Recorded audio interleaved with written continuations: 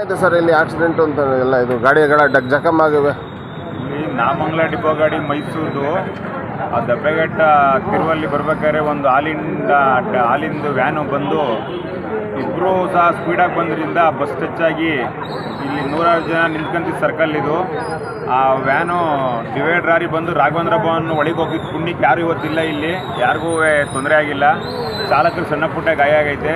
ದಯಮಾಡಿ ಪಟ್ಟಣ ಪಂಚಾಯತಿರು, ಜಿಲ್ಲಾ ಪಂಚಾಯತಿರು ದಬ್ಬೆಘಟ್ಟ ರಸ್ತೆಯಲ್ಲಿ ಒಂದು ಡಿವೈಡರ್ ಹಾಕಬೇಕು, ಜೊತೆಗೆ ಹಂಪ್ಸ್ ಹಾಕಬೇಕು. ಯಾಕೆಂದರೆ ಡೈಲಿ ಸಾವಿರಾರು ಮಕ್ಕಳು ಓಡಾಡ್ತಾರೆ ದಬ್ಬೆಘಟ್ಟ ಬಸ್ ಸ್ಟ್ಯಾಂಡಿಂದ ಇಳಿದು ಬಂದು. ಸ್ಕೂಲ್ ಮಕ್ಕಳು ಸರ್ಕಲ್ ಅದು, ಅಲ್ಲಿ 3 ಕಡೆಗೂ ಉಪ್ಪು ಇದು ಮಾಡಿ ಹಂಪ್ಸ್ ಹಾಕಿದ್ರೆ ಬರ್ತಕ್ಕಂಥ ವೆಹಿಕಲ್ಗಳು ಸ್ಲೋ ಮಾಡ್ಕೊಂಬರ್ತಾರೆ, ಕಂಟ್ರೋಲ್ ಆಗುತ್ತೆ, ಯಾರಿಗೂ ಅಪಘಾತ ಆಗಲ್ಲ. ಇದು 3ನೇ ಅಪಘಾತ ಈ ಥರ ಆಗ್ತಾ ಇರೋದು. ಹಿಂದೆ ಒಂದ್ಸತಿ ಒಂದು ಸ್ವಿಫ್ಟ್ ಕಾರು ಇದೇ ದಬ್ಬೆಘಟ್ಟ ರೋಡಲ್ಲಿ ಇದೇ ರಾಘವೇಂದ್ರ ಭವನ್ ಮುಂದೆ ಯಾರು ಬಿದ್ದೋಗಿತ್ತು, ಅವತ್ತು ಯಾರಿಗೂ ಏನೋ ಸಾವು ನೋವು ಸಂಭವಿಸಿರ್ಲಿಲ್ಲ. ಡಿವೈಡ್ ಹತ್ರ ಅಲ್ಲ, ಇಲ್ಲಿ ಏನಾರ ಸಾವು ಸಂಭವಿಸ್ತಾ? ಯಾರಿಗೂ ಏನೂ ಆಗಿಲ್ಲ. ಉಡುಸ್ಲಮ್ಮನ ಆಶೀರ್ವಾದದಿಂದ ಪುಣ್ಯ, ತೊಂದರೆ ಆಗಿಲ್ಲ. ಸಾರ್ವಜನಿಕರು ಡ್ರೈವರ್ಗೆ ಸಣ್ಣ ಪುಟ್ಟ ಗಾಯ ಇದೆ, ಹಾಸ್ಪಿಟ್ಲಿಗೆ 108 ಎಲ್ಲರೂ ಕಳಿಸಿದೆ, ಏನು ತೊಂದರೆ ಆಗಿಲ್ಲ. ಬಸ್ಸು ಸಹ ಸ್ಟೇಷನ್ ಹತ್ರಕ್ಕೆ ಹೋಗಿದೆ, ಬೇರೆ ಹೋಗಿದೆ. ಸಿಗ್ನಲ್ ಯಾವ ಸರ್ಕಲ್ ಇದು? ಎಲ್ಲ ಹಂಪ್ಸ್ ಹಾಕ್ಲಿ. ಸರ್ಕಲ್ ಯಾವ್ದಿದು?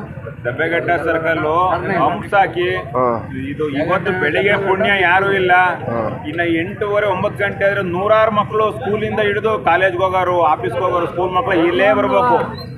ಆದ್ರಿಂದ ದಯಮಾಡಿ ಜಿಲ್ಲಾ ಪಂಚಾಯತಿ ಇಲಾಖೆಯರು, ಪಟ್ಟಣ ಪಂಚಾಯತಿರು, ಪೊಲೀಸ್ ಇಲಾಖೆಯರು ಈ ದಬ್ಬೆಘಟ್ಟ ಟರ್ನಿಂಗ್ನ ಒಂದು ಏನಾರು ಆಲ್ಟರ್ನೇಟ್ ಮಾಡಿದ್ರೆ ಮಕ್ಕಳಿಗೂ ವಯಸ್ಸಾದವ್ರಿಗೂ ಎಲ್ಲರಿಗೂ ಅನುಕೂಲ ಆಗುತ್ತೆ ಅಂತ ಕೇಳ್ಕೊಂತೀವಿ.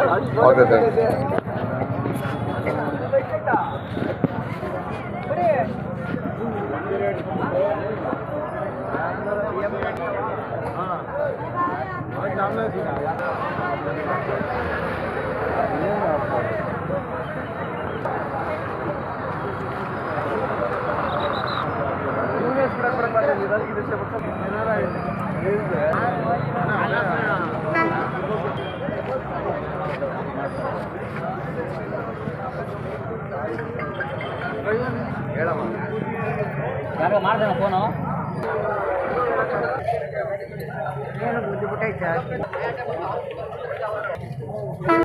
ಕಿತ್ತೂರು ರೋಡಿಂದ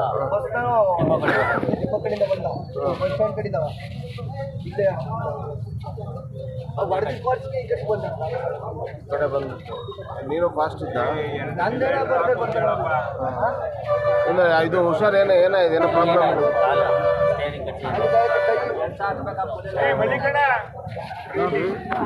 ಏಟಾಯ್ತನಾ? ಹೋಗ್ಲಾ ಪೇಪರ್